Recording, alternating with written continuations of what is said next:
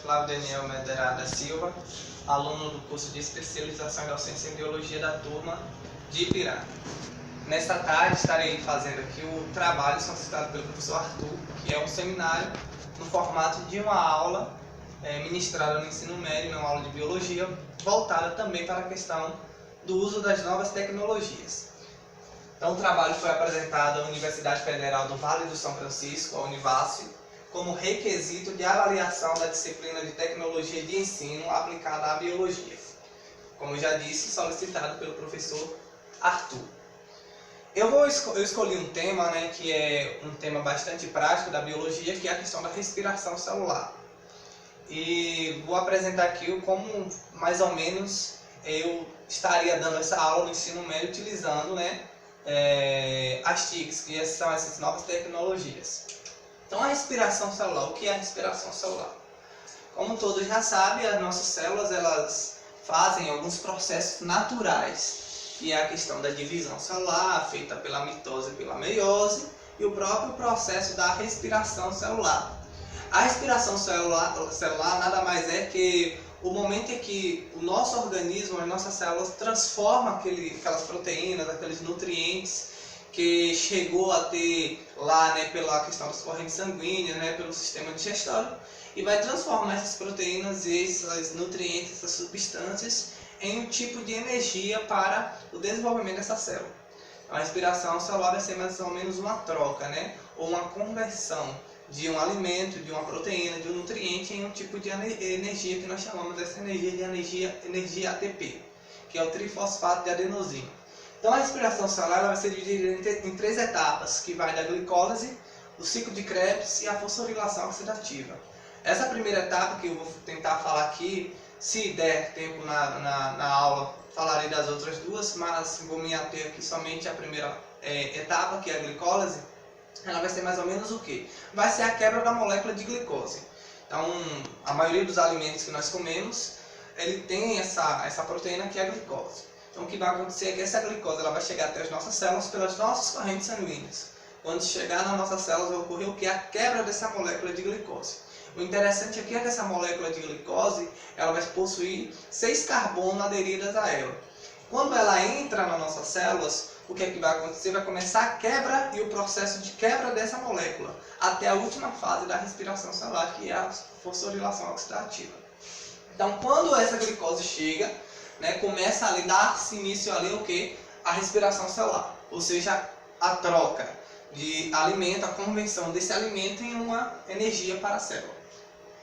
Primeira coisa, é bom a gente pontuar que cada fase da respiração celular vai ocorrer em parte diferente dessa célula. Por exemplo, a glicólise, que é a primeira etapa da respiração celular, ocorre onde? Ocorre dentro do citosol, que é o líquido lá no citoplasma, aquele líquido que está situado dentro do citoplasma. Já o ciclo de Krebs, que é a segunda etapa, ocorre dentro do mitocôndrias, em especial dentro da matriz mitocondrial. E já a última etapa, que é a fosforilação, vai ocorrer dentro das cristas mitocondrial, que é também dentro desse mitocôndrios. A glicólise ela é uma etapa que nós chamamos de fase anaeróbica. Já o ciclo de Krebs e a fosforilação, já duas etapas que nós chamamos de fases aeróbicas, ou seja, anaeróbica porque não necessita do oxigênio para fazer esse processo, aeróbica porque essas duas etapas, que são o ciclo de Krebs e a fosforilação, necessitam do oxigênio para se manter, para acontecer esses dois processos. Então eu vou falar um pouco sobre a glicólise, que é essa primeira etapa aí do ciclo de Krebs, que é a quebra da glicose. Primeira coisa é que essa glicose ela vai possuir 6 carbonos aderidos a ela. O que vai acontecer? Ela chegou lá nas células, ela vai ser quebrada para gerar energia para essa célula. Aqui entra dois fatores básicos que nós precisamos pegar, que é o que é um ATP e o que é um NAD+. O ATP, como eu já disse para vocês, é uma molécula energética, que é produzida da quebra de uma glicose. O NAD+, vai ser uma molécula carregadora de energia, ou de elétrons, que é produzido também na quebra dessa glicose. Então nós vamos ver esses dois termos aí com frequência na respiração celular, NAD+, e ATP. O que vai acontecer? Chegou a molécula de glicose nas nossas células. Vai ocorrer o que? A quebra dessa molécula. Para isso, vai ser aderida a essa molécula de glicose 2 ATP, ou seja, 2 trifosfato de adenosina. é aderida a essa molécula de glicose, vai começar a quebra dessa molécula.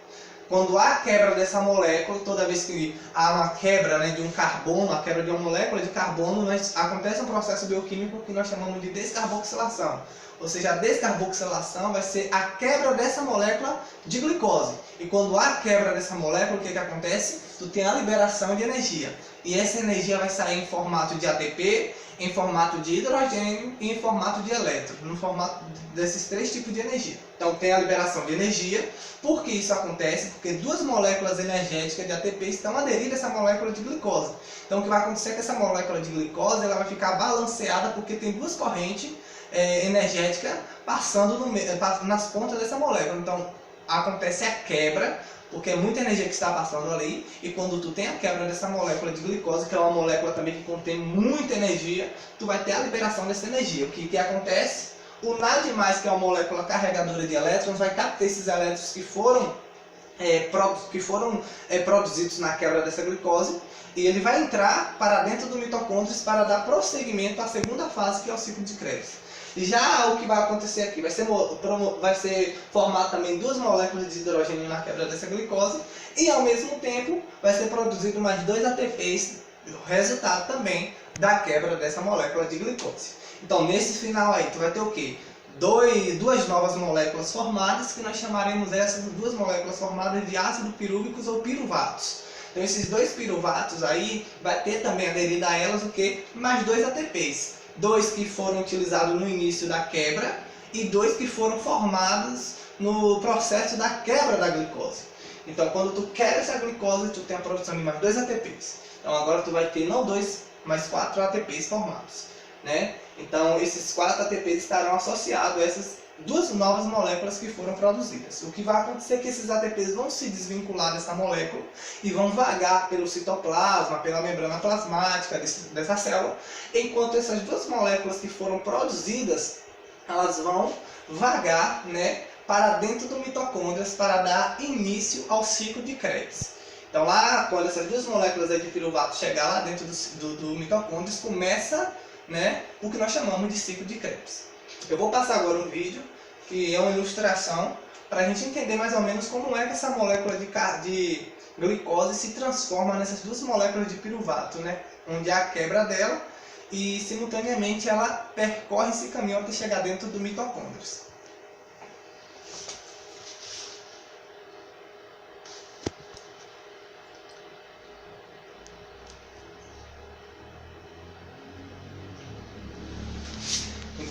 Então, como vocês podem ver, aqui nós temos uma molécula de glicose. Essa molécula de glicose, né, contendo, como eu já disse, 6 carbonos. O que vai acontecer é que quando essa molécula de glicose ela chega a ter as nossas células, em especial no citosol, no citoplasma das células, 2 ATPs, que são duas moléculas energéticas, vão ser aderidas a elas. Então aqui tu pode ver esses 2 ATPs em amarelo chegando para se aderir a essa molécula de glicose, e lá no fundo mitocôndrias, né, onde vai acontecer os dois novos processos. As duas moléculas foram aderidas à quebra dessa molécula de glicose. Então eu quebro essa molécula de glicose em duas, uma molécula com 6 carbonos quebro, onde cada uma dessas novas moléculas, que nós vamos chamar de duas moléculas de piruvatos ou ácidos pirúvicos, serão formadas, e cada uma dessas moléculas dará origem a mais um ATP. Nesse instante aqui vocês vão ver aparecendo mais um ATP sendo formados nas pontas dessas moléculas de piruvato. Então, eu quebro essa molécula de glicose, vai ser produzido o quê? Bastante energia. E essa energia vai sair em que formato? Sai no formato de hidrogênio, sai no formato de elétrons e sai no formato de ATP. Então aqui eu tive a produção de 2 ATPs e 2 NAD+, que depois que há a captação desses elétrons, se transforma em NADH. Então aqui eu produzi 2 NADH, que vocês podem ver o NADH foi produzido, ou seja, ele capturou aqui 2 elétrons nessa quebra de glicose. E esse NAD+, que se transformou em NADH, vai entrar para dentro do mitocôndrio, ou lá indo para dentro do mitocôndrio, para dar prosseguimento à nova fase lá na frente, que nós iremos analisar depois, né, que é o ciclo de Krebs. Então, ali tu tem a molécula de piruvatos, né? Cada molécula contendo 2 ATPs. Esses ATPs vão desassociar dessa molécula de piruvato e vão entrar para dentro do mitocôndrias para dar continuidade ao ciclo de Krebs. Enquanto esses 4 ATPs aí, 2 utilizados para quebrar moléculas e 2 que foram formados da quebra da glicose, se ficará situada ali dentro desse citoplasma. Pronto, houve a ruptura ali de um desses ATPs, o outro também vai se soltar, né, dessa molécula. E essa molécula de piruvato, essas 2 moléculas de piruvato, entrará novamente para dentro do mitocôndrias para dar continuidade ao novo processo que nós vamos batizar esse processo de ciclo de Krebs, porque na verdade é um ciclo, né? Então aqui tu tem essa molécula de piruvato entrando para dentro desse mitocôndrias e ali é os ATPs que foram produzidos. Então o saldo final desse processo que nós chamamos de respiração celular na fase da glicólise vai ser o quê? Tu tem a produção de 2 NAD+, que se transforma em NADH, tu tem a produção de 2 moléculas de piruvatos e tu também tem a produção de mais 2 ATPs, né? Então, esse é o saldo final aí da glicólise. O que é que acontece? Esses ATPs que foram produzidos vai servir ali de energia para o desenvolvimento dessa célula, enquanto esses 2 piruvatos eles vão entrar para dentro do mitocôndrias, em especial para a matriz mitocondrial. Chegando na matriz mitocondrial, vai acontecer a quebra dessa molécula de piruvato, ou seja, ela vai perder um carbono, se transformando numa molécula que nós chamamos de acetil coenzima A.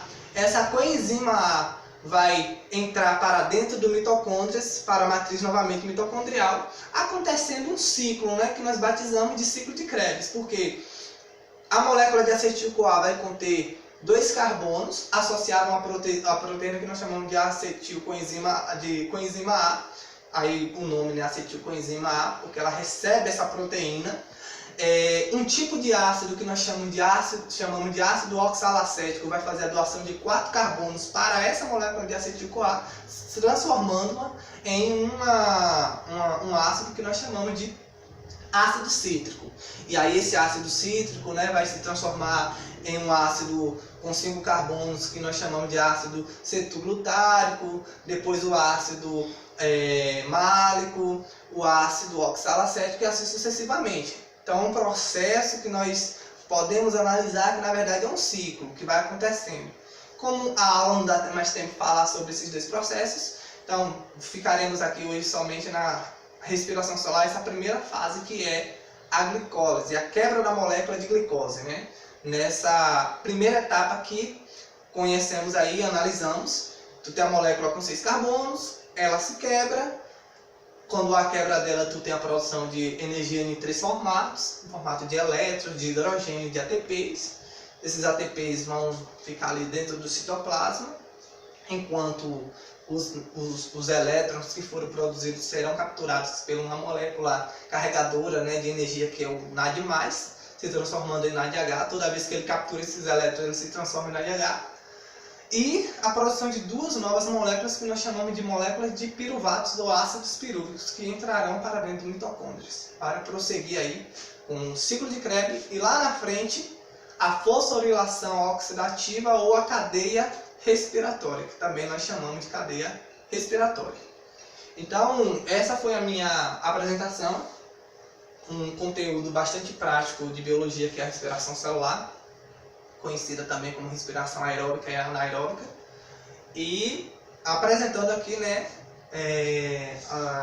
algumas mídias que são necessárias para a aprendizagem desses alunos, porque sabemos que a aula sem algum tipo de mídia, alguma coisa que estimule o aluno, que chame a atenção para o aluno, se torna uma coisa mais complexa. Daí eu trouxe a imagem, aquela imagem com a molécula de glicose, e simultaneamente também eu trouxe o vídeo, né? Na verdade, uma animação para que os alunos pudessem ou possam entender como é que essa glicose chega a ter as nossas células, como é que vai ocorrer a quebra dela, como é que vai ocorrer a produção dessa energia, né? Então fica mais fácil, querendo ou não, o raciocínio do discente, no momento que nós ali estamos dando a nossa aula, na sala de aula, para ele aprender. Sabemos que chegar lá e só falar, sem ter nada para mostrar, uma imagem, um slide, ou um vídeo, ou nada, né? O seco ali mesmo se torna mais difícil o raciocínio do aluno. Mas com uma imagem, com alguns slides, com a questão da participação do aluno, né, em sala de aula, com a questão de um vídeo, trazendo animação, para que a aprendizagem dele se torne uma coisa mais prática, né, mais fácil, com certeza esse aluno vai absorver mais conhecimento, vai absorver mais conteúdos e nós conseguiríamos alcançar êxito nesse requisito aí voltado para a questão de uma aula utilizando essas novas tecnologias, né, as famosas TICs. Então, essa foi aí a minha apresentação. Obrigado.